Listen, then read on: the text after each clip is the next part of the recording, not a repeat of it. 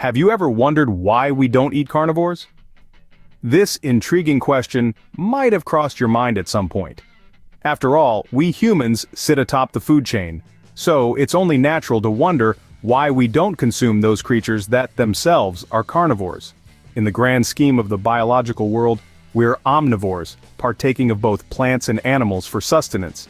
But when it comes to meat, our plates are predominantly filled with herbivores like cows, pigs, and chickens. Predators such as lions, tigers, or sharks are rarely, if ever, on the menu. Is it because of their taste, or perhaps there's something more to this dietary preference? In our journey to unravel this carnivore conundrum, we'll dive into the various factors that influence our food choices, from taste and texture to health hazards and energy efficiency, and even cultural and ethical considerations. It's not just about taste, there's a lot more to it. Firstly, think about the taste and texture of the meat we commonly consume. It's predominantly from animals that are herbivores, cows, chickens, pigs, and the like. Now, why is that? Why doesn't the menu at your favorite steakhouse include lion or shark? One key factor is the difference in taste and texture between herbivores and carnivores. The diet of an animal can significantly affect the taste of its meat. Carnivores, animals that eat other animals, have a stronger, more gamey flavor that can be quite off-putting to many palates. This robust flavor comes from a higher concentration of certain compounds in their bodies, such as uric acid and other waste products, which can give the meat a distinct, often unpleasant taste. On the other hand, herbivores, animals that eat plants, produce meat that is generally milder and sweeter. This is because plants contain sugars and other compounds that infuse the meat with a more palatable flavor. In fact, the grass-fed beef you might splurge on at a high-end restaurant is so prized because the grass diet of the cow gives the meat a unique, desirable flavor. Now let's talk about texture. The physical exertion and lifestyle of an animal also affect the texture of its meat. Carnivores tend to lead more active lives, which results in tougher, more muscular meat. Imagine trying to chew through a piece of meat as tough as a well-used running shoe. Not exactly appetizing, right? Conversely, many herbivores, especially those we farm, lead more sedentary lifestyles. Their meat is therefore more tender and easier to chew. So to sum it up, the diet and lifestyle of an animal have a direct impact on the taste and texture of its meat. While there are certainly exceptions to these patterns, they provide a general explanation for why we tend to favor the meat of herbivores over that of carnivores. It's not just about tradition or availability, but also about our taste preferences and what we find physically pleasing to eat. So carnivores just don't taste as good to us as herbivores do. But taste isn't the only reason we avoid carnivorous creatures. Indeed, a significant factor that plays into our dietary choices is the concern for health risks. Consuming carnivores can introduce a host of potential health hazards, and it's not just about the occasional upset stomach or food poisoning you might get from poorly cooked meat. Firstly, let's explore the concept of bioaccumulation. This is a process where certain substances, particularly toxins, accumulate in an organism at a rate faster than they are eliminated. These toxins might be harmless in small quantities, but as they accumulate, they can pose serious health risks. Carnivores, being higher up the food chain, tend to have higher levels of these toxins in their bodies. This is because they eat other animals that have been exposed to toxins in their environment, resulting in a higher concentration of these substances in their own bodies. And if we consume these carnivores, we're essentially getting a concentrated dose of these toxins. Another health hazard comes from the diseases that carnivores can carry. Many of these diseases are zoonotic, meaning they can be transferred from animals to humans. These include rabies, a deadly virus that affects the nervous system, or trichinosis, a parasitic disease caused by roundworms. Both can be contracted from consuming undercooked or raw meat of infected animals. Additionally, carnivorous animals often have a different composition of fat compared to herbivores. Their fat is often higher in saturated fats and cholesterol, which, when consumed in excess, can lead to heart disease, strokes, and other health problems.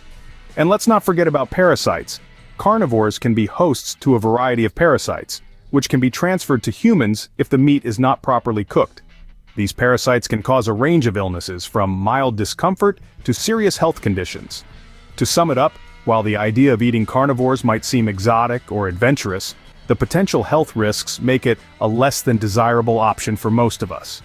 So, the next time you think about trying that lion steak or shark fin soup, remember, eating carnivores can be a risky business.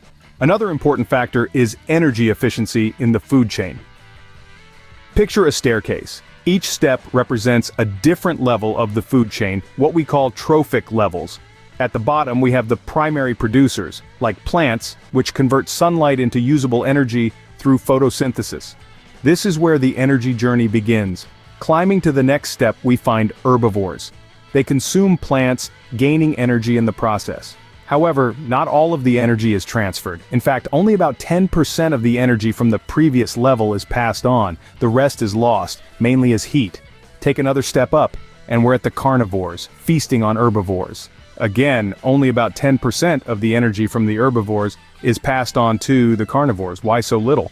Well, bodies are like machines, they need energy to run. The herbivores use a lot of their energy just to live, grow, and reproduce. What's left, the carnivores get. Now imagine if we, humans, decide to munch on these carnivores. We'd be yet another step up this energy staircase, receiving just a fraction of the original energy. It's like a game of telephone. The further you are from the source, the more distorted or lost the message becomes. This is why eating lower on the food chain is more energy efficient. By consuming plants or herbivores, we're closer to the energy source and thus receive more of it. It's like taking a direct flight rather than one with multiple layovers. The closer to the source, the less energy is lost along the way. For a planet facing a climate crisis and a population growing at an unprecedented rate, energy efficiency in our food choices is not a trivial matter. It's a crucial part of sustainable living. Eating carnivores is like taking the long way round for energy. So why not take the direct route instead? Finally, let's not forget cultural and ethical considerations.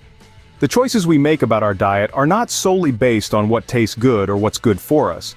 They are also influenced by the cultural norms and ethical beliefs we hold dear. In many societies, what's acceptable to eat and what's not is often influenced by cultural norms and traditions passed down through generations. For instance, in certain Arctic communities where vegetation is scarce, people have been hunting and consuming carnivores like seals and polar bears for centuries.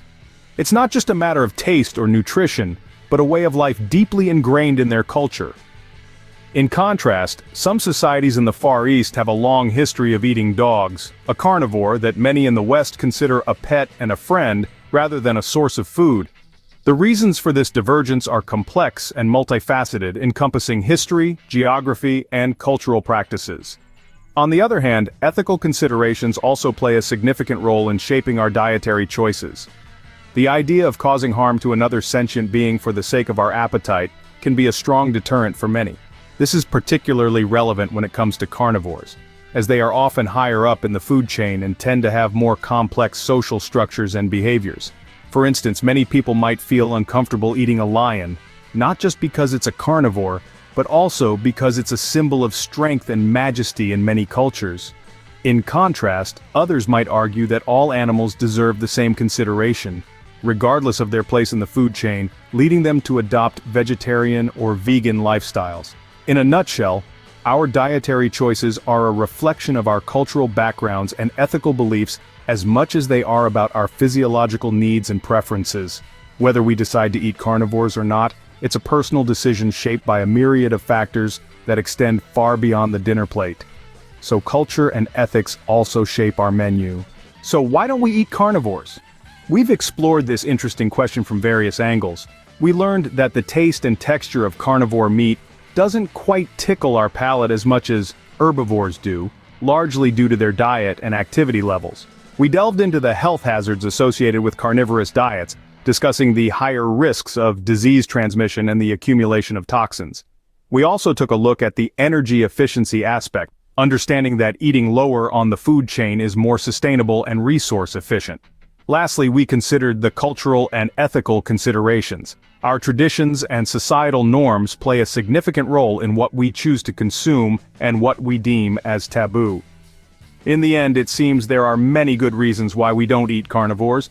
But who knows, taste buds and traditions change. Perhaps one day we'll be dining on lion steaks and shark burgers,